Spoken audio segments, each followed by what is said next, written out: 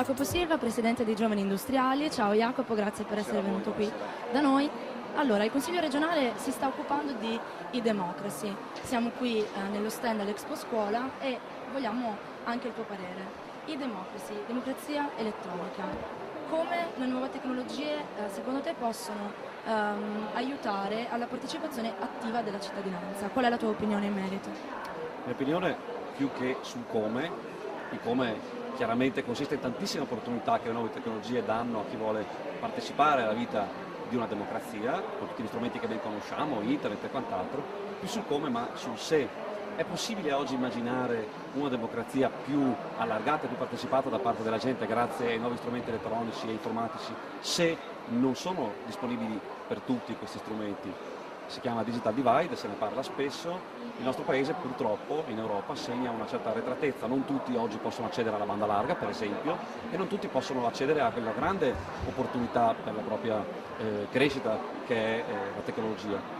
Lo dico per quanto riguarda l'e-democracy, un argomento importantissimo che consentirebbe alla società chiaramente di migliorare nella strada della democrazia, ma lo dico anche per le imprese. Oggi le imprese italiane e padovane qui nel famoso nord-est reclamano maggiore disponibilità, per esempio di banda larga.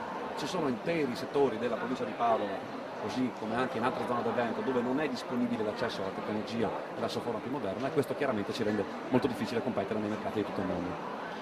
Chiedevo a te il come, perché so che sei un ingegnere, per cui appassionato di strumenti elettronici, puoi anche spiegarci di che cosa si tratta quando parliamo di mancanza di mezzi e di banda larga.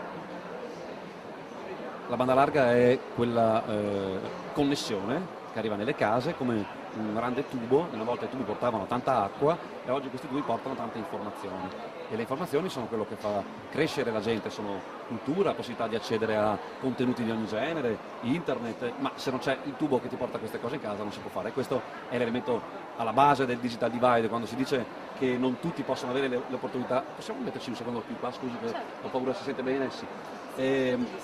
Quando si dice che non tutti possono accedere alle opportunità, l'elemento iniziale è che se non hanno la connessione non riescono a farlo, però non vorrei fermarmi solo a questo, perché è necessario anche creare una cultura di questo. Se poi abbiamo portato a tutti il contatto, come dire, elettrico, poi bisogna su questo costruire la consapevolezza, la capacità di usare questi strumenti, ancora di nuovo, anche a causa di alcuni elementi di debolezza della nostra scuola, i giovani e i cittadini italiani hanno una capacità di accedere e di sfruttare i nuovi strumenti inferiore a quella dei loro concorrenti in tutto il mondo. Ecco, guarda, hai toccato un argomento cruciale parlando di cultura.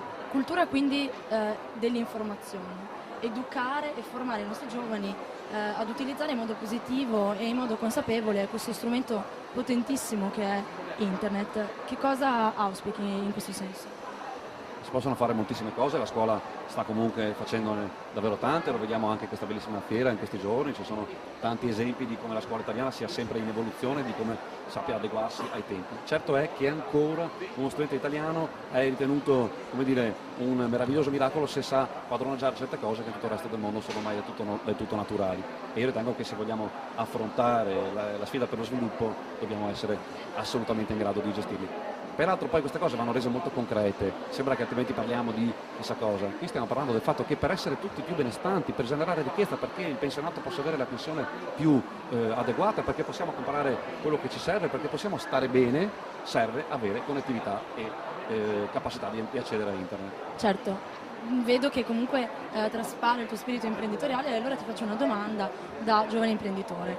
E-democracy nel campo dell'imprenditoria. Che cosa significa per l'azienda potersi rendere visibili online su internet e poter fornire una visibilità digitale del proprio prodotto, della propria presenza?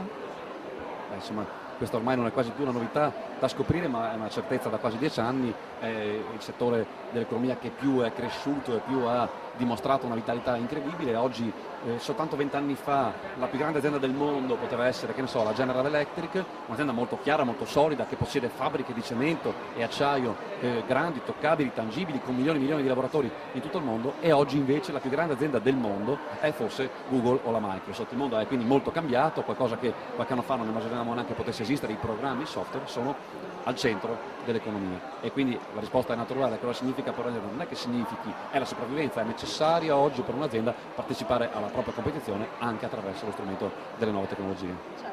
Per concludere, un parere da giovane e da cittadino.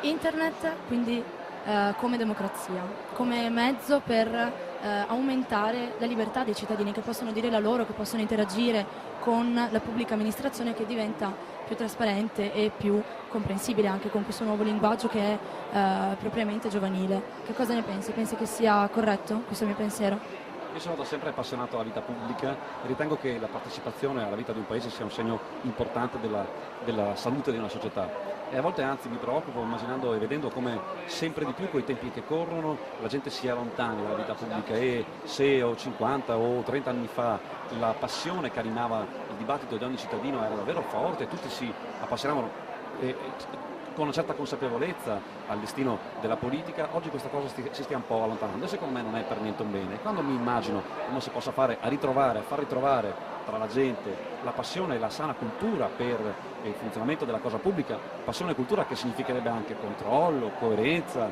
rispetto dei programmi, insomma partecipazione attiva, penso che forse si potrebbe dare una risposta a questo calo della partecipazione proprio con i nuovi strumenti che consentirebbero di rimettere in discussione ognuno di noi e di farci di nuovo appassionare alla vita di ciò che è di tutti noi, cioè della nostra Repubblica.